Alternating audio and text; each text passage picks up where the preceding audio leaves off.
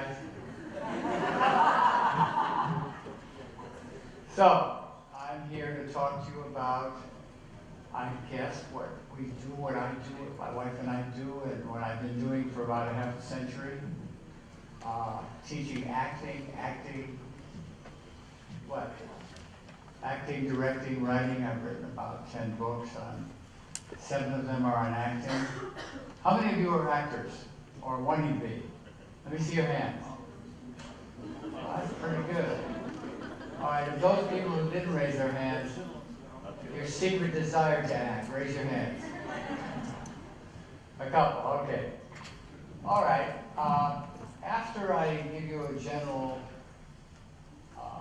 impression of acting, the source, the origin, where it came from, what is being done in the world, and what particularly I've spent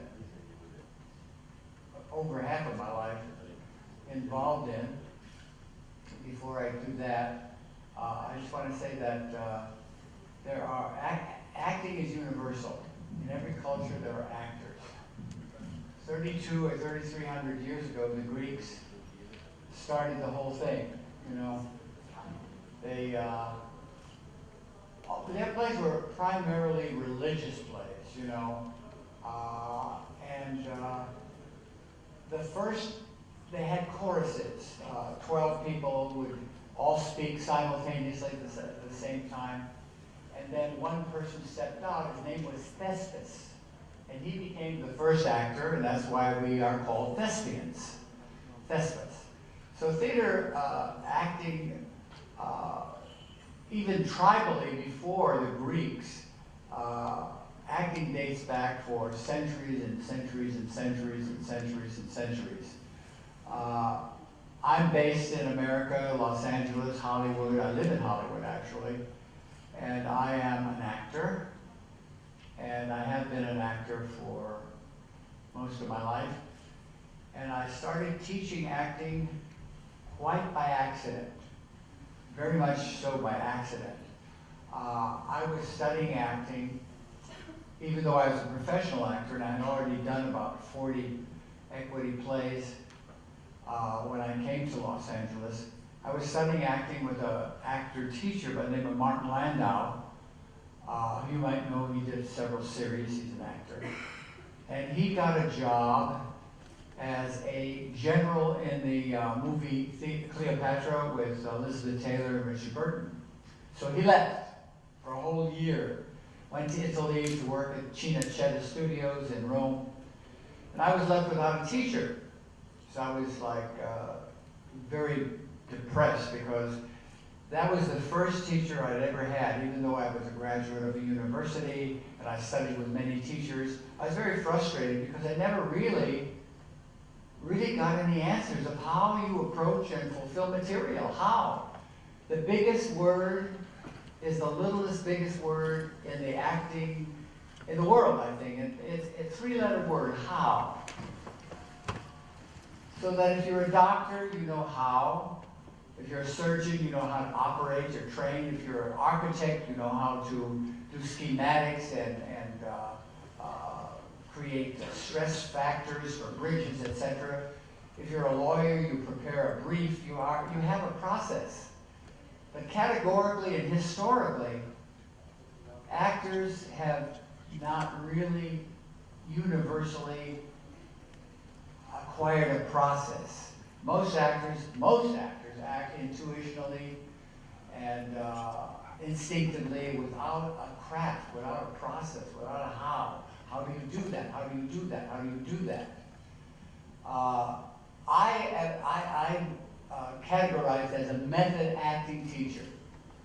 Give you a little background on what method is. The basic foundation for method acting was Stanislavski. He was a Russian actor, actually, and director and teacher, as it turned out, and he created a system he called the Stanislavski system.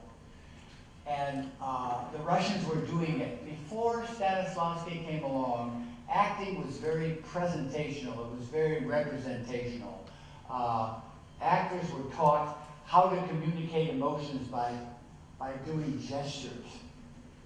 They were taught how to mimic and present emotions without feeling them. So Stanislavski came along and felt that if the actor's job is to actually experience what the playwright, the screenwriter, the playwright writes about, the author's intentions. Stanislavski felt that the actor's responsibility was to really experience that and express that. And so he created a system, and in the 1930s, Stella Adler, an American actress, an acting teacher, and a couple of other people went over to Russia to interview Stanislavski. They were with him for about a month, and they came back to New York and created the group theater.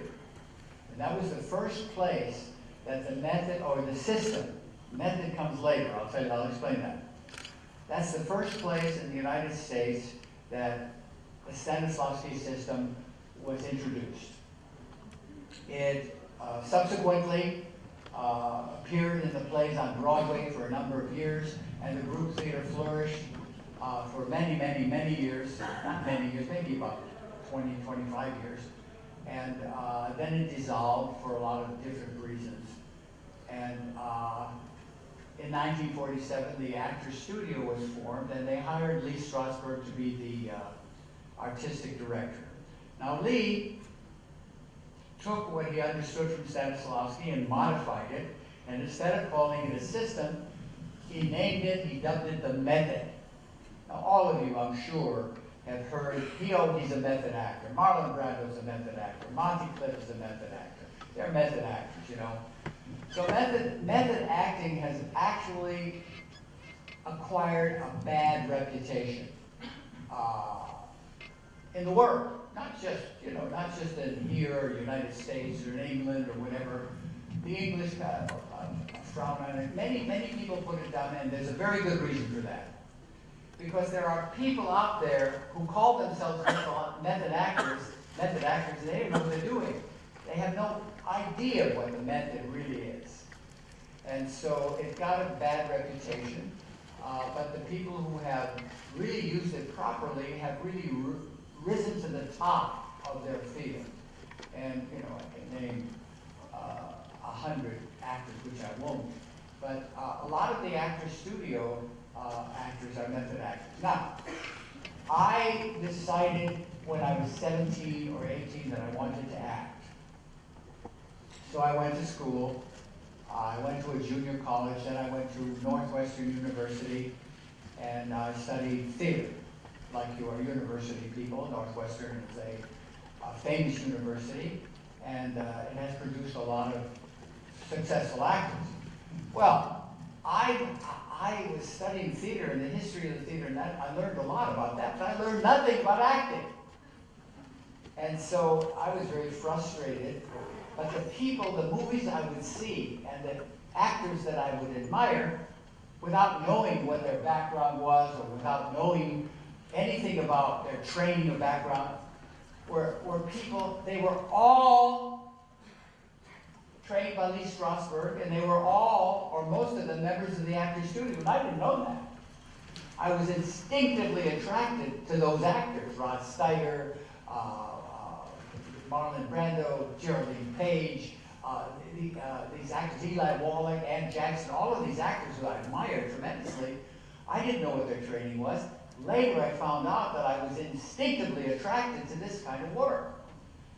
So I kept looking for a teacher, and finally I found Marty, who was a protege of Lee Strasberg and a member of the Actors Studio. And that was the first teacher that I experience that taught me at least how to approach a piece of material, how to deal with the responsibilities of the author's intentions. And I was with Marty for 2.5 years until he got Cleopatra, and then I was stuck without a teacher. Well, Jack Nicholson was in class with me, and Jack and I got very close. He started Marty's class 1 week later than me. And I had seen him around town, said hi, or whatever. And so Jack called me and he said, "Have you found a teacher yet?" I said, "No, it's a looked at a couple of classes, but they're not doing what I need or what we're looking for. She said, well, come with me. I'm going to go visit a woman teaching on Fountain Avenue. It's the same building that Marilyn Monroe lived in. And her name was, I forget her name, but it doesn't really make any difference. Donna Roman Drew. Okay. So she was teaching in her apartment. She had these wooden chairs, and I was sitting down, and Jack was here. And 15 minutes into what she was doing, I said, oh, Jack, I want to leave. He said, no, don't be rude. Don't be rude, Eric. Wait for a break, man, you know? You can't just get up in the middle of a scene or a monologue and leave. Okay, I suffered through the next hour. And so I left, Jack left with me, and I was very frustrated. I was thinking of going to New York to study with Lee, because that's what his base was. I was married to my first wife, and she was pregnant with our first child. And we didn't have any money. And those were days when we really didn't have any money.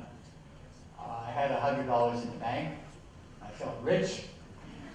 And so I couldn't afford to go. And so a student, Ann O'Hara, who was in classes with me in Marty's class, who I did a lot of scenes with, she called me up one morning when I was thinking of suicide. No, I really wasn't thinking of suicide, but I was depressed enough to think about suicide. And she said, have you found a teacher yet, Eric? I said, no. So what are you going to do? I said, I'm going to kill myself. And she said, no, why don't you start teaching a class? Because I learned about as much from you as I did from Marty, and maybe a little more. Why don't you start a class? And I'm not a teacher, I'm an actor, I'm an actor, I'm an actor. She said, well, if you don't have a teacher, did you ever thought that if you taught some people what you know, you could promote your own growth as an actor? Bingo, the magic word. So I started teaching. I had one student, her. Then I had two. Then I had three, and then I had two again. Then I had four, and I had three again. And this went on for a year. My wife was getting very frustrated because I was paying for a rental place to teach class, and it was costing me money to teach acting. But over a period of time, more and more people came, and then Kurt Conway, a famous Broadway teacher who started teaching because he was blacklisted during the Communist House Un-American Activities Committee. He was blacklisted, and so he started teaching, and he asked me to teach for him. He said, I don't like teaching beginners. Will you teach a class for me? I said, sure. So I started teaching for Kurt, and one thing led to another, and the rest is history, and my classes grew, and I started to make a modest living, and I started to develop the system. Now, getting to what we're going to talk about. It's all background, it's all filling in for you, how I got here, how this got here, how the books I've written got here. So, the thing is that what I learned from Marty through Lee, and by watching Lee, I was at the studio I watched him for 7 years. He would come in when it got cold in New York, he would come to California. He wasn't the dummy, he knew the weather was better there. So he started conducting the actor studio classes. So I learned what I learned from Marty, which was the first time I had any answers. I always say that what I learned was like an alphabet, A, B, C, D, E. And over the next 35 or 40 years, I went to RST in the alphabetic in terms of giving you an analogy. Now here's the whole issue. I am still fairly controversial, not as controversial as I was when I started, but here's the whole issue. There's a missing link in the method. The major acting teachers, Stella Adler, Sandy Meisner, Lee Strasberg,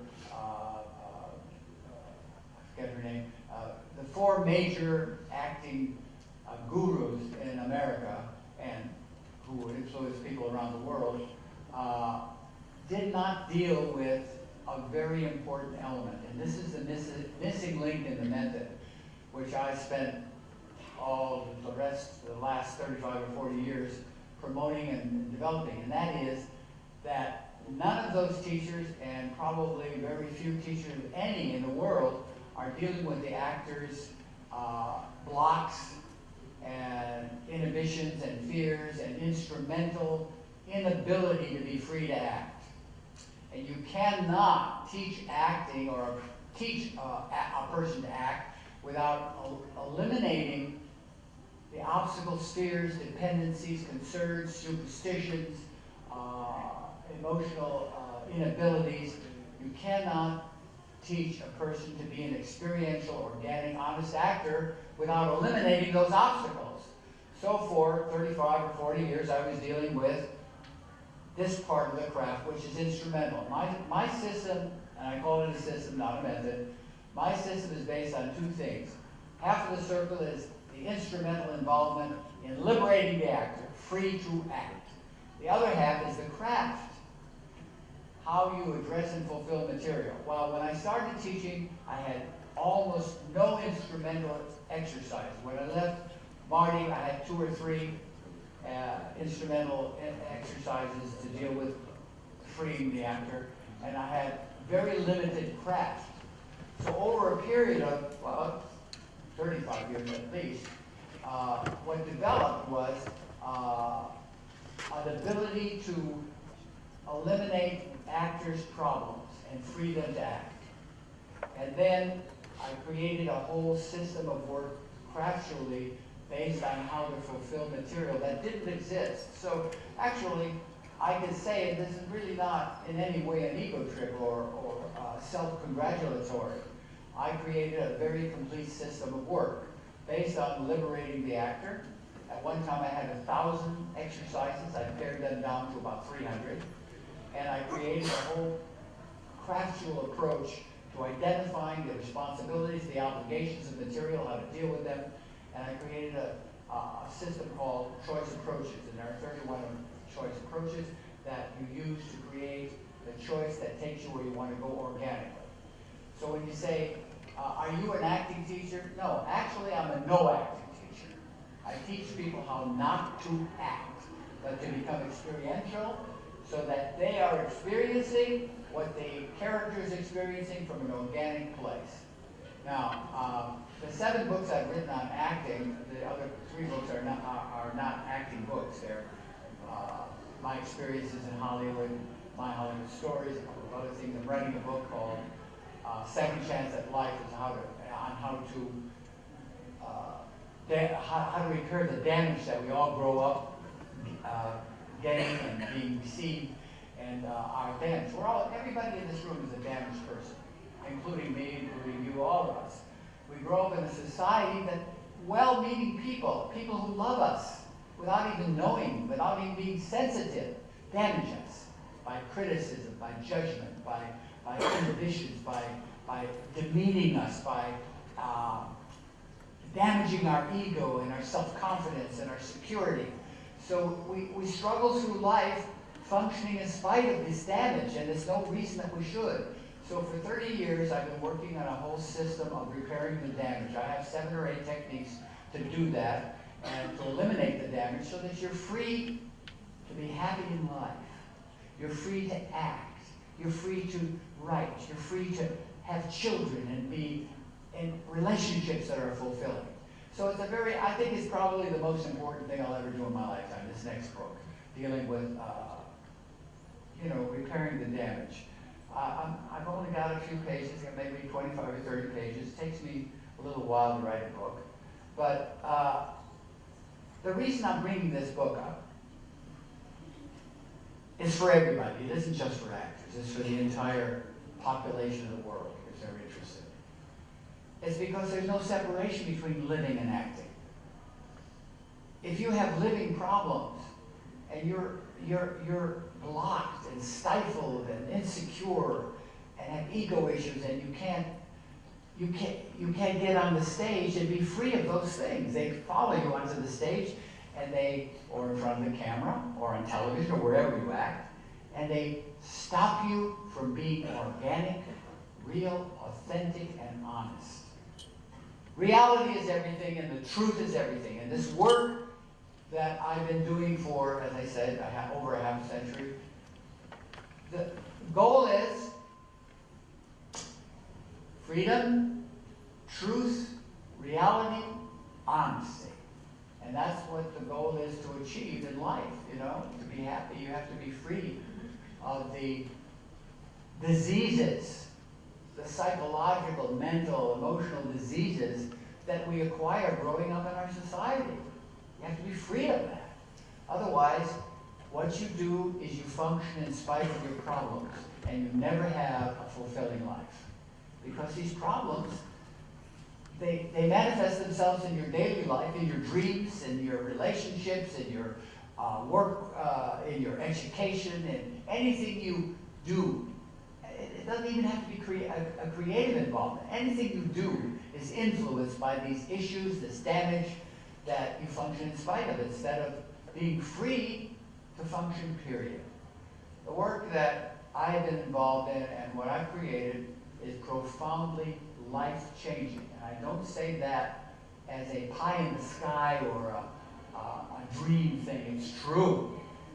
In the 55 years I've been teaching, I must have taught 100,000 people, 80,000, I've never counted them.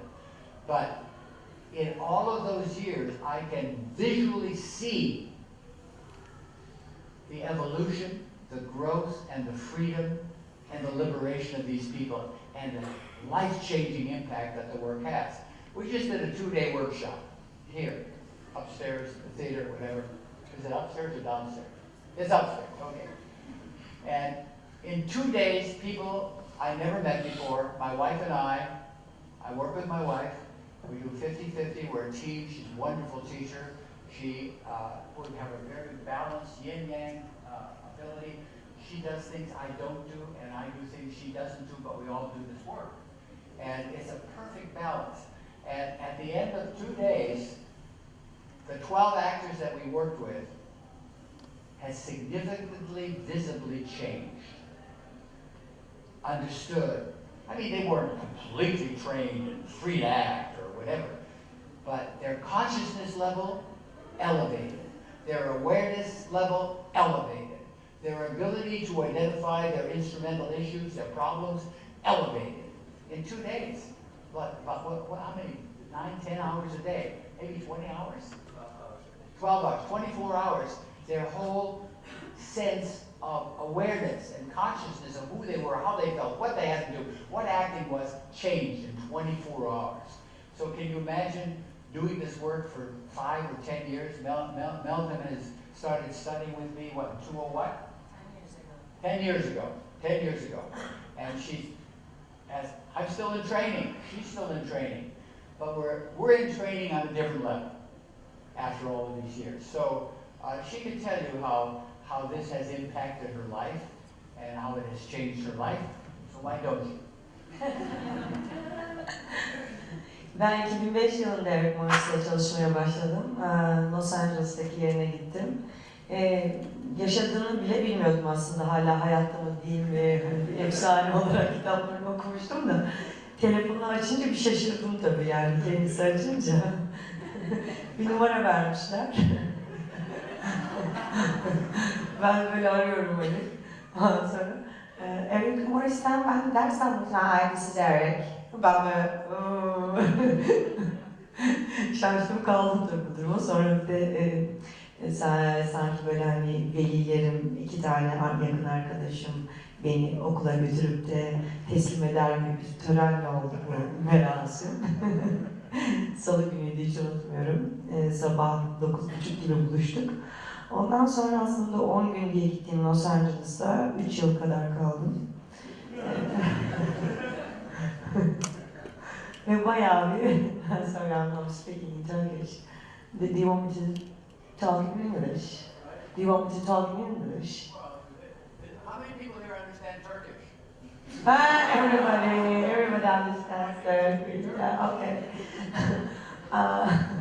Ondan sonra aslında okuduğum kitaplardan, yani o zaman 2 kitabı çevrilmişti. Hala da öyle aslında. Daha çok kitabı çevrilmesi gerekiyor. 7 tane kitabı var Harry'in. İnşallah Bahçeşehir Üniversitesi çevirecek.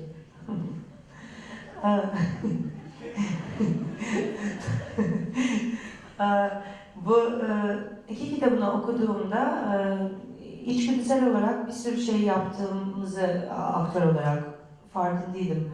Enstrümanla ilgili çok fazla problemim yoktu.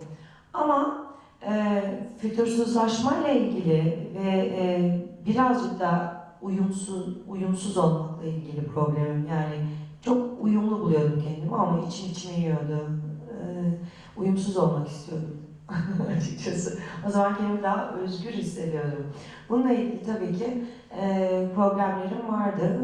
Bu bakımdan çok iyi geldi Erik'le çalışmak. Ve metodu öğrendikten, daha doğrusu sistemi diyeyim, öğrendim demeyeyim, yani her zaman deneyimlemeye devam ediyorum diyeyim.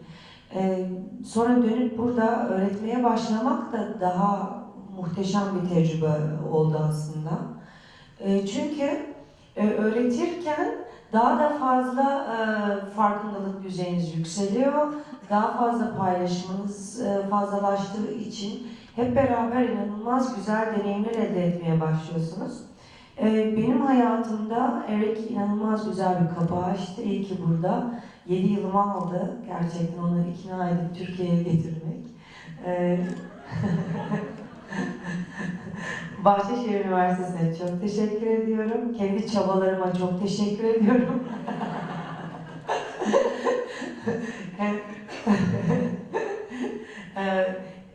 Burada İpek Bilgin'e de çok teşekkür etmek istiyorum. İki kitabı çeviren, Eric Morris'in iki kitabını çeviren ve daha sonra eğitimine, craft'a devam eden, Eric Morris sistemi öğretmeye devam eden kızı Çağda, buradaki elimizde o da öğretiyor. Ve Bahçeşehir Üniversitesi'ne çok teşekkür etmek istiyorum. Savaş Bey'e çok teşekkür etmek istiyorum. Şimdilik benim söyleyeceklerim bu kadar. Okay, I want to tell you I agree with every word she said. Every word. Okay. I also want to tell you a little bit about my wife, how we met. I got a job to be in a film in Argentina. I was playing an English colonel in a musical. I didn't sing or dance, but there were 17 production dance numbers in the film.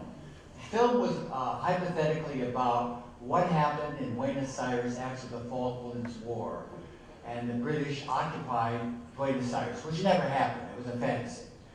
And in order to rebel against the British, they did tango dances. They would set up record players and they do dances in the middle of the street to rebel against the British. And I ran around smashing record players and arresting people and being on boats and helicopters and everything. And they knew that I was a teacher. So they asked me to do a seminar at a big theater, 2,000-seat theater, General San Martin or something, whatever. And everybody, it was free for the attendance, and I taught for 3 or 4 days. And my wife, at that time, was my wife, I did a free lecture at her school. She was studying with a very famous Argentine teacher, Carlos Gandolfo. Oh, good. I did a free lecture. She came up to me after the lecture and she said, "I'm coming to America to study with you. I read all your books." I said, "Okay, good, fine, I'll see you, bye." And when I started to do the seminar for the theater, she was sitting right there in the first row. And so one thing led to another, and we went out to dinner and everything like that. We did not get involved that first time. And we started to communicate by letters and telephone and everything. Then I went back to see the film, and we got involved romantically. And over a period of time, she came to the United States, and we started to be together. We got married about 4 or 5 years later. And actually, we've been together 26 years.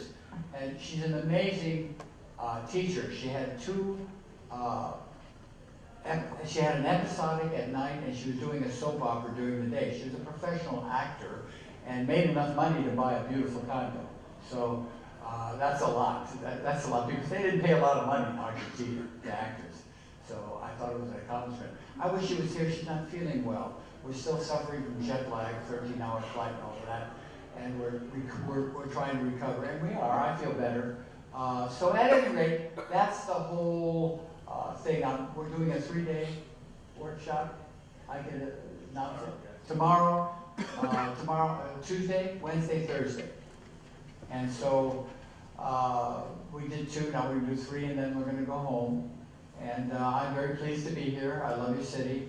I've never been to Turkey before, in Istanbul, and I'm very impressed. I'm very impressed with how sweet and nice and loving the people are. And the historic element of the city. See, I live in a country that's only 240 years old, you know, and most everything in America is new, comparatively speaking. We were driving, and the man who was chauffeuring us back and forth to the hotel, we turned the corner and there was a building. It was built in 1328. That was before Columbus discovered America, you know. So I mean, this ancient stuff, the historical elements of your country are rich, very rich, and I'm appreciating that. At any rate, I think I'm going to turn it over to Q&A, questions and answers. I'm sure you have some questions and confusions or curiosities, not confusions, but curiosities. Okay. No one do? Yeah. Okay. Sorular alabiliriz. Türkçe sormak isteyen olursa da sorsun, isterse çevirmeye çalışırız elden geldiğince. You're afraid to ask any questions, huh? Okay.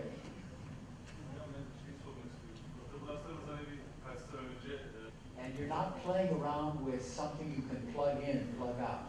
So after a period of years, you can learn how to experience what you experience and create that 11th level and keep yourself from carrying it into your life and into your relationships. You know? Okay, so I'm married, right?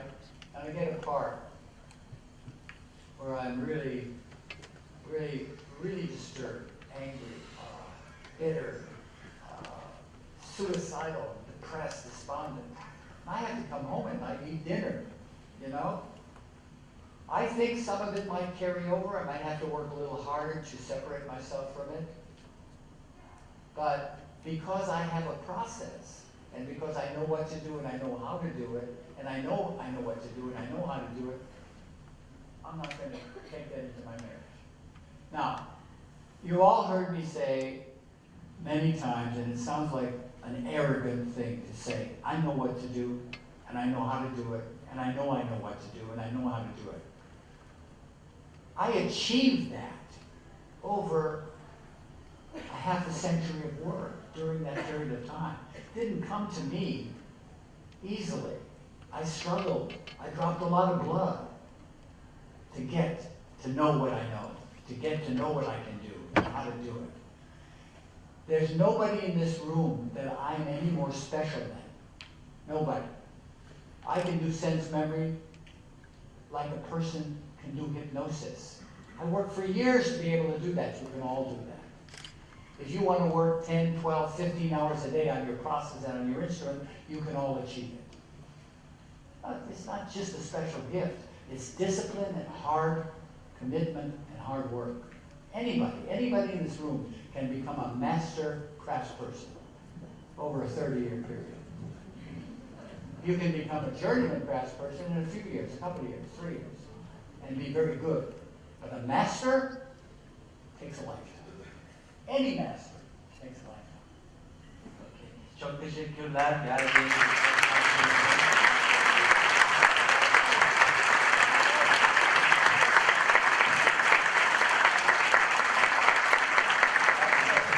Thank you very much.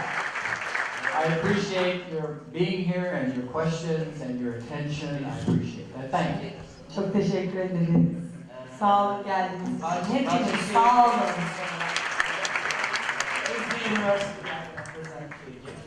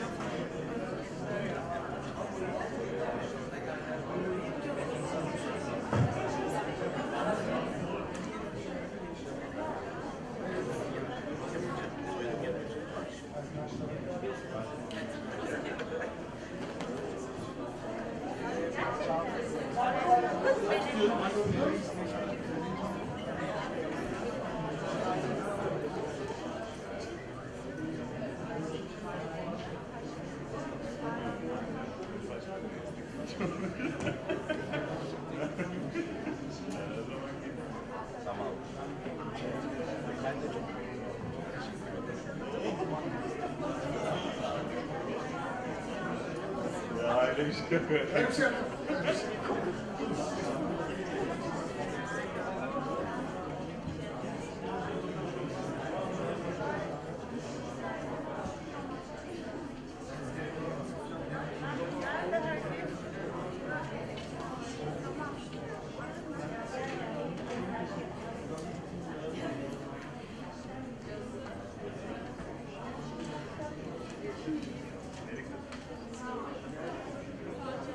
Yok ya.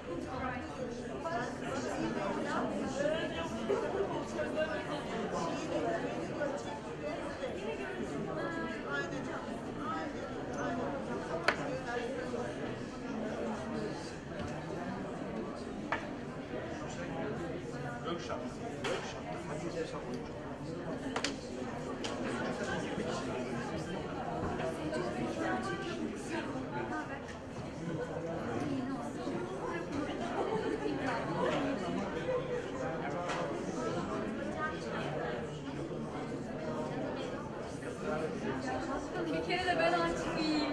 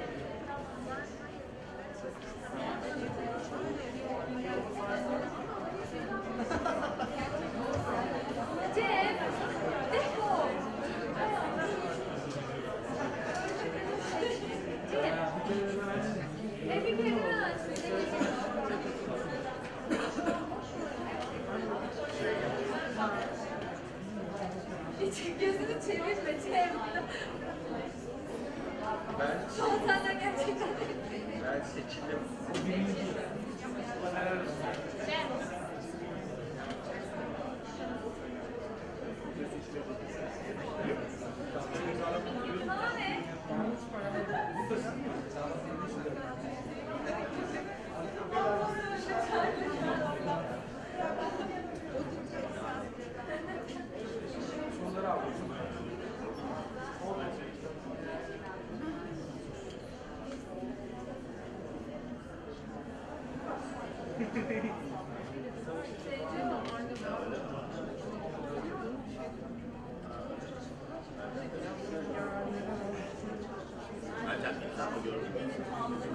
Ben gördüm. Sahnedeydi.